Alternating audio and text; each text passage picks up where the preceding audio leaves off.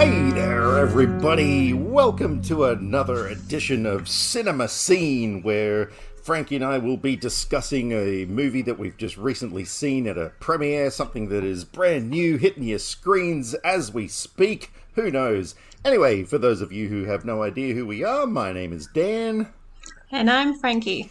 And we are here today to discuss The Fall Guy, which is a new action, comedy, romance, thriller, all sorts of things, directed by David Leitch, who has established himself as quite a name in action movies, having been involved in things like the John Wick films, and I think he had something to do with the Deadpool films. I can't remember, but anyway, there you go. Should have done my research. Didn't do it. Who cares? So this film stars Ryan Gosling and Emily Blunt, and it is loosely based on the 80s TV show starring Lee Majors, and from what we gathered from the trailer, the plot is basically about Ryan Gosling, who plays a character named Colt Seavers, who is a stuntman in big action films.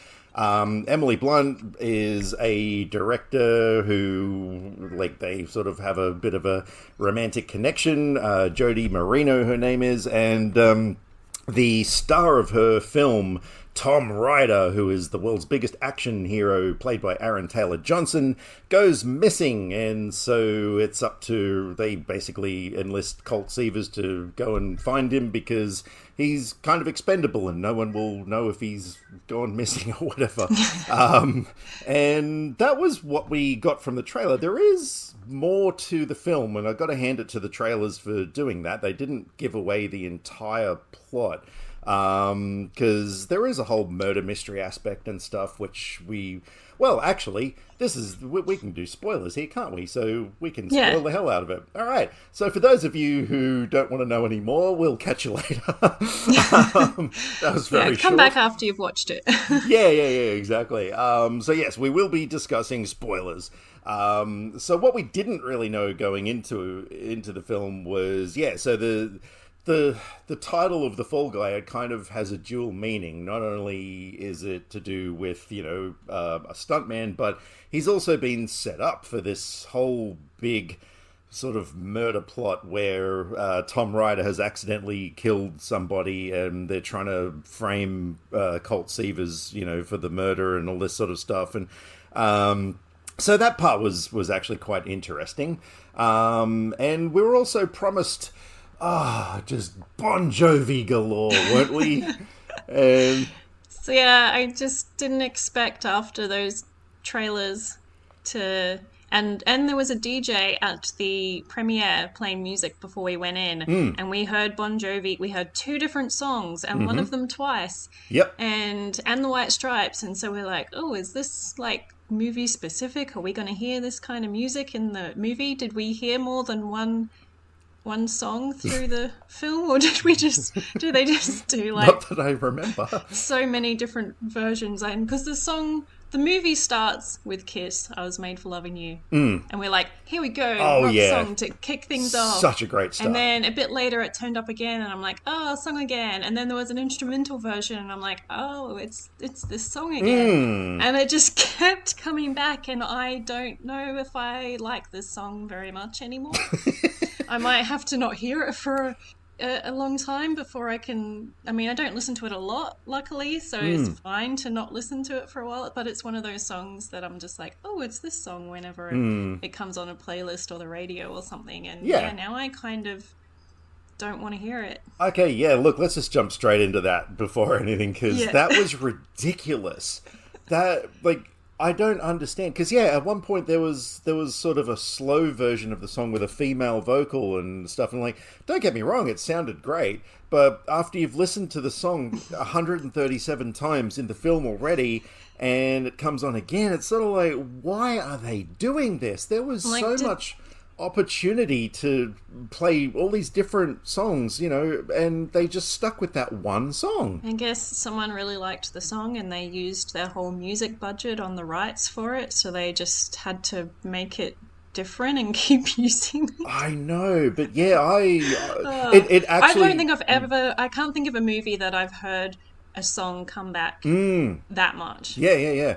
And it wasn't even done ironically. Like, I remember in the film Idle Hands, every time Jack Noseworthy's tough guy character turns up in his gigantic, 4x4 pickup truck, he's got Motley Crue's Shout at the Devil blaring, and it was an in-joke in the film, it's like, that's the only song he listens to because he's such a tough guy. So, fair enough, if you're going to use a song over and over again, do it that way. But no, this was just, it actually got to a point where by the third act, when it came on again, I actually physically rolled my eyes. I was waiting just like, to see when the soundtrack comes out. Like, is it just going to be all these different versions of one song? But I felt bad for you, because ever since the first trailer, you were like, "Oh my god, Bon Jovi," because you are just the biggest Bon Jovi fan I know, and so I was happy for you. I was like, I'm like, I like Bon Jovi. I don't love Bon Jovi like you do, but well, I like old Bon Jovi. I don't really true. know the recent few decades. Listen up, hair bands. If you get haircuts, we're not going to listen to you anymore. It's just that simple. No. They were fine for like an album or two after they cut their hair, and then once they had their hiatus, I didn't really come back. But so it was that's fine. Steady decline. They're okay. They're fine, but. I basically just stick to everything up to these days. Mm-hmm. Albums up to these days. Right. But so I was happy for you.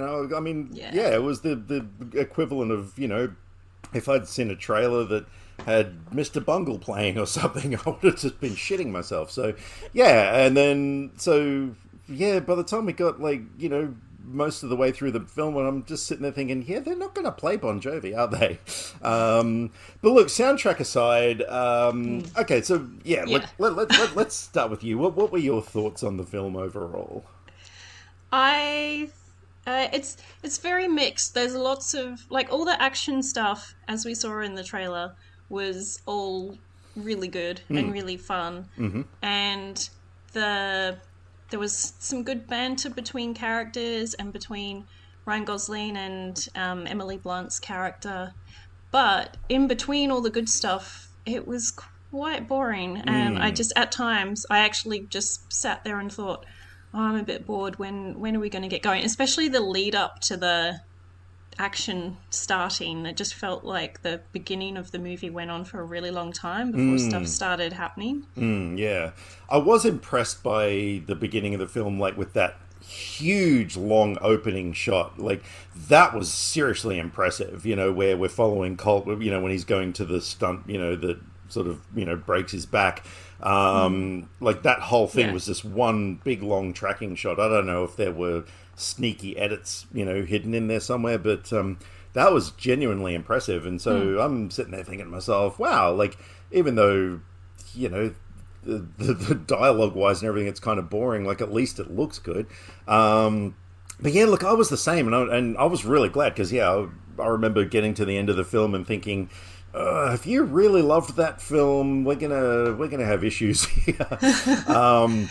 But no, I was the same. It was one of the sort of very definitions of a mediocre film for me. I mean, I rated it 2.5 on Letterboxd out of 5. It was just, it wasn't great. It wasn't terrible. I mean, I didn't hate sitting there watching it, like I did with Oppenheimer, but or most of Christopher Nolan's films. But I wouldn't watch it again, unless I had to, if I was with a group of people and they're like, hey, let's put The Fall Guy on, I'll be like, yeah, okay, I'll just sort of zone out every now and then. But I ended up rating it a bit higher than you, because I think even though there's those boring bits, I think the good stuff outweighs it enough that it's still pretty good. And I would still I would kind of recommend it, because I think it's worth seeing, even though, and other people might not find those boring bits boring. They might think they're good, but I think it has enough fun stuff to be worthwhile watching. I won't be adding it to my film collection, but if like same as you, if it people wanted to watch it that I was with, I'd be happy to watch it again. Didn't hate it, but yeah. Yeah. Well, It's just funny because Bullet Train was in my top 10 movies of the year back in 2022. So which was directed by David Leitch. yeah, and that was what I thought this movie would be, where it just kind of is action all go, high energy through the whole thing. Whereas this one, had a lot of stopping in between or beforehand, and it was just lacking energy in certain bits. That's the thing. Obviously, the stunts were really good and really fun, and some other bits, but overall it just maybe like if it had been trimmed down to be closer to 90 minutes and they cut out some of the dull bits, then it might not be so noticeable that we're stopping in between the action stuff. Yeah, because I mean the runtime was 126 minutes, and I felt the runtime, which you shouldn't do in an action film. You know, I mean, like you look at the last John Wick film, that was what three hours? Yeah, and that flew by. You know, but look. I mean, here's the thing. Like, we're definitely in the minority here because 90% of critics on Rotten Tomatoes liked it. It's got a 3.6 on Letterboxd, with the most people voting at a 4. So, we're definitely in the minority. So, I mean, there's going to be people out there who like it. Potentially it's a lot of, some bits are a bit boring, but everything else is so good that I think that's getting the higher ratings. I know a lot of people are happy for the, stunt people being celebrated in it. Oh, there's no doubt about that. So you can't deny that. Yeah. So I think that if you focus on that, and which is all the good stuff in the movie, and then obviously Ryan Gosling's a good guy to have as your main actor, and he keeps things going even if he's dealing with dull scenes. I didn't find him as charismatic in this as I did in, say, Barbie or, a lot of other films that he's been in. I'm very hit and miss with him in movies anyway. I feel like this was kind of in the middle. I thought even Crazy Stupid Love, I thought he was more engaging in that film. So this one, I don't know if I agree with that. I thought his character was a lot more interesting in that, but that's just personal. Interesting, yes, but for sort of carrying a movie and keeping things going, because I didn't really like his character in Crazy Stupid Love. Oh no, but I thought he was more interesting. Yeah, but not. Well, I think we're kind of talking about different things again. Yeah, probably. But look, for me, one of the main things that kind of dragged it for me a bit was that I felt everything was unbalanced in this film. I thought you had your action, you had your romantic comedy stuff and everything, and I didn't feel like I mean, for a movie to really succeed, it's got to be balanced tonally, and I sort of felt with this one, we were just strictly watching an action film here, or we were just strictly watching a romantic comedy here, or just a straight out comedy here. I didn't feel like all those components were really kind of blended together all that well. So, that just kind of, it felt a bit jarring here and there, like, from Speaking scene to scene. Comedy. I did love Aaron Taylor Johnson's character, and I feel like even though he didn't have a great deal of screen time compared to others, he had that kind of character that I love in movies because he's just so fun, and I feel like actors must have a lot of fun playing those kinds of roles. Oh, for sure. And then all the mock posters they had for the movies that he's been in. I know you liked the one with the dog. Bad Cop, Good Dog. Oh my god! If anything I took away from that film, I really, really want to see Bad Cop, Good Dog, because that just, I mean, the title alone just says everything you need, I thought all that stuff was good.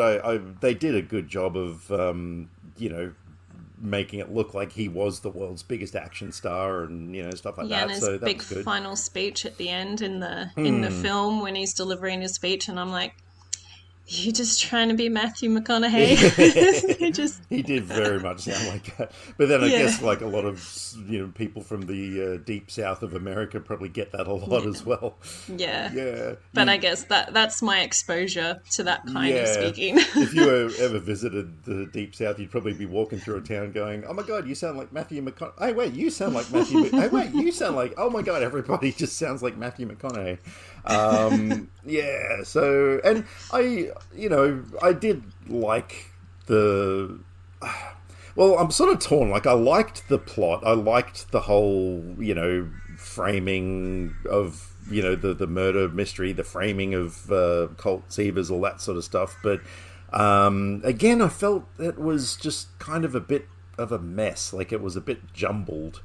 It felt too very like it's kind of the main thing of the movie, but it also feels like there was very little time spent on it. Like he goes looking. There's that really cool scene where he gets drugged at the club and is fighting while he's out of it, Hallucinating and and seeing sparkly yeah, things. that that was really cool. And the unicorn Oh, that that cracked me up every followed him. time. Yeah, because in the film, he's under the influence of some kind of hallucinogen, and he asks somebody when it'll start wearing off, and the reply is when you stop seeing unicorns. And so throughout every scene from then on, there's like an actual, like a real unicorn. Well, when I say that, it's obviously a Yeah. horse with a prop horn. But yeah, just either standing around or just not doing anything. So yeah, that was hilarious. Yeah, but I just feel like him going from that and discovering the dead body and then all of that, I don't know. That felt quite rushed considering there was all the other dull stuff that they could have cut out and Yeah, focused yeah. more on that plot That's what I line. mean. Yeah, the pacing was off here and there. Like yeah. And then there were also times where I just kind of thought, like, okay, so his mission is to go and find Tom Ryder, and then so he'll do sort of the first part of the mission, get to somewhere, find a clue or whatever, but then all of a sudden he's like back at the set or something like that, and it's like, well, hang on a second, why aren't you just following the clues? Like, we should be off on this kind of adventure, if you will, with Colt, rather than him coming back each time. And like, yeah, that's what I mean. It sort of took me out here and there. I was like, wait a minute, you shouldn't be here, you should be there. Like, yeah, so that's what I mean. Yeah, like for everything that I liked about the film, there was definitely something that I kind of thought let it down for me. But yeah, like I said, I mean, we're definitely in the Yeah, good minority. stunts. Like the chase through the city, that had some good scenes. Yeah, Being it was. the It bad was. guy and being dragged around on the um, Was it a door bit or that you the saw, back or of the the? tray of something that had come off the back of the Yeah, truck. And, yeah. I yeah. mean, like that was cool, but let's face it, we've seen that before. Like I didn't. Yeah, but it's Ryan Gosling, so that kind of Yeah, true, but adds a bit to it. yeah, I think these days with action films, especially stunt-based action films, you've got to really step it up and give the audience something we've never seen before, like the John Wick films. I mean, I still to this day remember that scene in the fourth one, where he does the massive tumble down the concrete steps. Yeah. Like, I mean, stuff like that. Like, you remember it because we've never seen it But quite like yeah, that before. I mean, I don't watch a lot of action films, but I feel like John Wick movies are quite different from everything. Well, yeah. They're like a special thing, but I don't know. But yeah, I just know that when I watch them, they were quite unlike what I've seen before. But yeah, Yeah, my yeah. knowledge is not huge on action But films. that's exactly my point. In order to do something that really stands out, I think you've got to do something we've never seen before, and so yeah. But yeah, I mean, I did appreciate though that the movie was kind of a love letter to stunt performers, and especially because I mean they blatantly had that line in the film, discussing whether stunts was a category at the Oscars, and Ryan Gosling, says no, and the other guy's like, "Damn, really?" So yeah, it's kind of like they didn't exactly hide what the message of the film was. So yeah, and yeah, I don't know. I kind of thought shoehorning Lee Majors in at the end was just sort of unnecessary. Like, I heard somewhere there were rumors that there was going to be a karaoke scene where Lee Majors was up singing the theme song to The Fall Guy, and I thought, oh man, that would be cool. And then, of course, you know, we get a karaoke scene in the film, and I'm like, here we go, right, this is going to be it. And it wasn't, and I'm like, oh, okay, that's strange, because I heard that, you know, that was going to be it. And then, but I thought it was kind of weird that they had him at the end playing an Australian police officer. Yeah. Like, what the hell? And even before he spoke, I thought, oh, this will be interesting hearing him do an Australian accent, but he didn't, and it's like, wow, really? That's your idea of throwing the character, or throwing the actor in, like, as an Australian police officer? Okay, interesting. So I thought they could have maybe chosen something a little bit better than that. But yeah, anyway, he's in it for like 10 seconds, so yeah, don't get your hopes up if you're a huge Lee Majors fan. So yeah, well, anyway, but that's I don't really have much else to say about it. How about you? Yeah, I think that's everything I had noted that I could remember. I did really like the final scene where he falls out of the helicopter. Yeah. I just thought that was a good, and he just kind of... Yeah, I just like the thing of the whole kind of fuck you, where he just kind of falls back out holding the... Oh yeah, with the recording and stuff. Yeah, with flipping the bird. Yeah. I mean, yeah, there were a few people in front of us who even applauded that moment. I was like, oh wow, you guys are enjoying this more than I am. Yeah, I guess by then, I don't know, the damage had been done. I was kind of sitting there like, yeah, is this movie going to finish soon? I was the opposite, because that's when all the stuff was happening. I mean, it wasn't amazing stuff, but it was still fun to watch stuff. Yeah. Oh, look, like I said, yeah, I mean, I didn't, sit there squirming in my seat going, oh my God, can we just get out of here? I sat there, and when the good bits happened, I was like, oh, okay, that's a good bit. But yeah, look, like I said, overall, yeah, I wouldn't go out of my way to watch it again. I've seen it now, and that's it. I don't exactly want that 2 hours of my life back or anything. It was okay. Yeah. So that's all I got. I thought it was good overall. I think, yeah, while I wouldn't add it to my collection or choose to watch it again, unless maybe like 10 or 15 years from now, I might have forgotten it and gone, I'll watch this and remember what it's like. But I still think it's a good film besides that feeling. So yeah, I gave it 3 stars. It's a good film. It's not bad, but not good enough to... Not like a few films I've watched recently where as soon as I finish, I'm like online hunting down the Blu-ray to add to my collection. Yeah. So I guess the really important thing is, the thing that the fans really want to know, was it a good time? I can't slap that seal of approval. It's an adequate time. It was, yeah, it's parts of it were, but as a whole, no. Wow, so there you go. It did not get the Frankie seal of approval, so yeah. But 3 stars, not a bad film. Not a bad film, yeah. Alright, so that pretty much sums up what we thought of it, but yes, look, like I said, we're in the minority. Most people definitely appear to be absolutely loving the film, so if it sounds like the sort of thing that you want to see, although that being said, if you haven't seen it and you've listened to this podcast,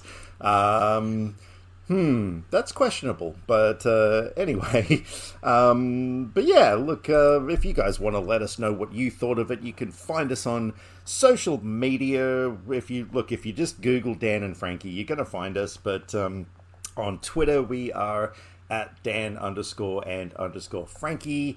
On Facebook, I have no idea. It's probably the same thing, I think. Or you can email us at, now, let me see if I can get this right, Dan and Frankie podcast at either Gmail or Outlook.com. Did I get it right?